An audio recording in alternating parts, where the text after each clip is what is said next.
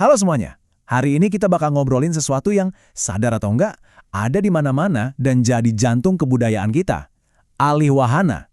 Ini bukan cuma soal buku jadi film ya. Ini soal gimana sebuah cerita bisa terus hidup, berevolusi, dan nemuin rumah baru di media yang beda-beda. Ini pada dasarnya adalah cara sebuah cerita buat bertahan hidup. Coba jujur deh, siapa yang pernah nonton film adaptasi novel favoritnya, terus keluar bioskop sambil ngedumel, kok beda banget sih sama bukunya? Nah, rasa kecewa itu justru itu titik awal pembahasan kita yang seru banget hari ini. Karena ternyata perbedaan itu bukanlah sebuah kegagalan, justru disitulah letak keajaiban proses kreatifnya. Oke, ayo kita bedah bareng-bareng. Kita akan bongkar cara pandang lama tentang adaptasi dan kita ganti dengan kacamata baru yang jauh lebih keren dan relevan buat zaman sekarang.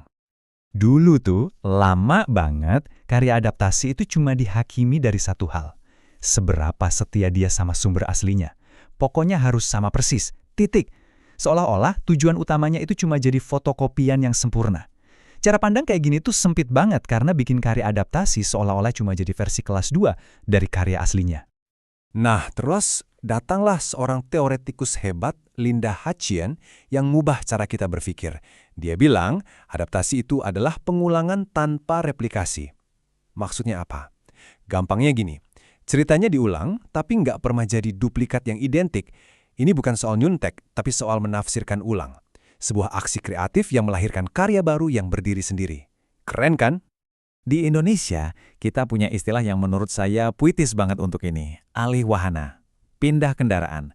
Ini bukan sekedar terjemahan, tapi sebuah konsep utuh. Alih wahana itu adalah proses kreatif di mana sebuah cerita dibongkar pasang biar bisa bertahan hidup. Mirip kayak evolusi di alam loh. Cerita juga harus beradaptasi, biar tetap nyambung sama zaman, media, dan budaya yang terus bergerak. Jadi kita geser nih cara pandangnya.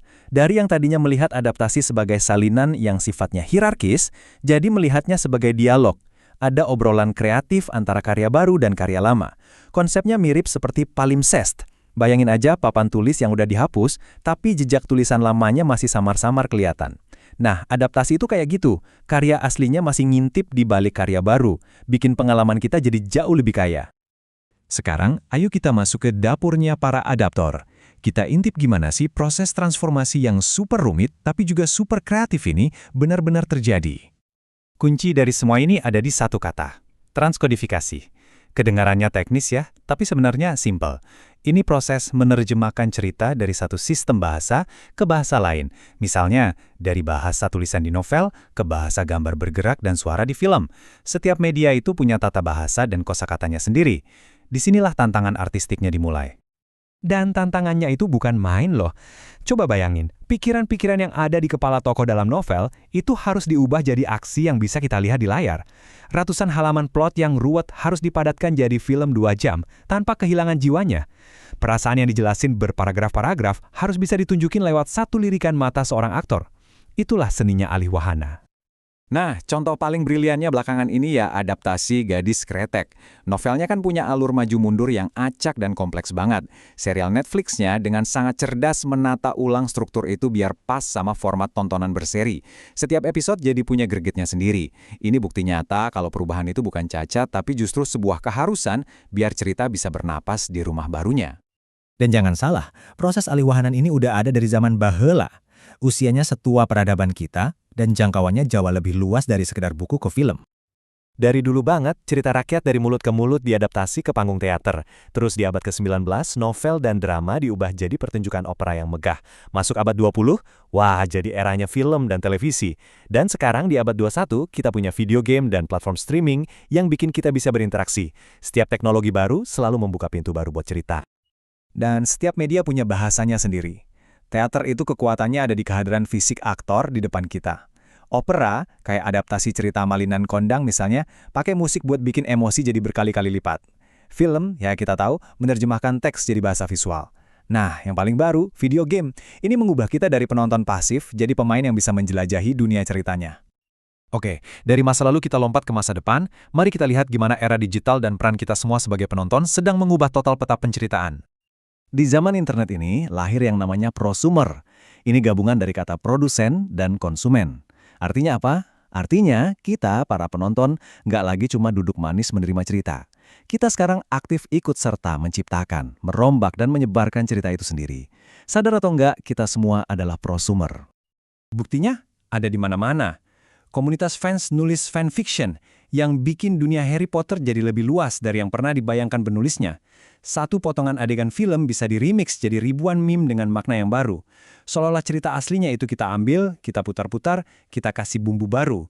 Kita semua jadi bagian dari proses alih wahana kolektif ini. Nah, fenomena ini membawa kita ke sebuah konsep yang keren banget. Adaptasi rizomatik. Coba bayangin, cerita itu bukan lagi kayak pohon yang punya satu akar tunggal yang asli. Sekarang cerita itu lebih mirip jaringan akar rimpang jahe, yang nyebar ke segala arah tanpa ada pusatnya. Setiap versi, entah itu film resminya, serial TV-nya, fanfiction-nya, bahkan meme-nya, semuanya adalah bagian yang sah dari sebuah narasi besar yang terus tumbuh dan menjalar. Dan ini bukan cuma fenomena budaya loh, alih wahana itu punya kekuatan komersial yang luar biasa. Di Indonesia aja, sekitar 70% film box office itu hasil adaptasi dari novel. Angka ini nunjukin betapa pentingnya proses ini, bukan cuma buat para seniman, tapi juga buat industri kreatif dan ya, buat kita semua sebagai penikmat cerita. Jadi, kesimpulannya jelas, alih wahana itu bukan pengkhianatan terhadap karya asli. Sama sekali bukan. Justru ini adalah sebuah evolusi yang vital. Nah, ini membawa kita ke satu pertanyaan terakhir yang bikin penasaran. Dengan munculnya AI kreatif yang bisa bikin cerita dan gambar sendiri, kira-kira siapa yang bakal jadi pemilik dan adaptor cerita-cerita di masa depan? Ini adalah babak baru evolusi cerita yang sedang kita masuki bareng-bareng. Menarik untuk dipikirkan.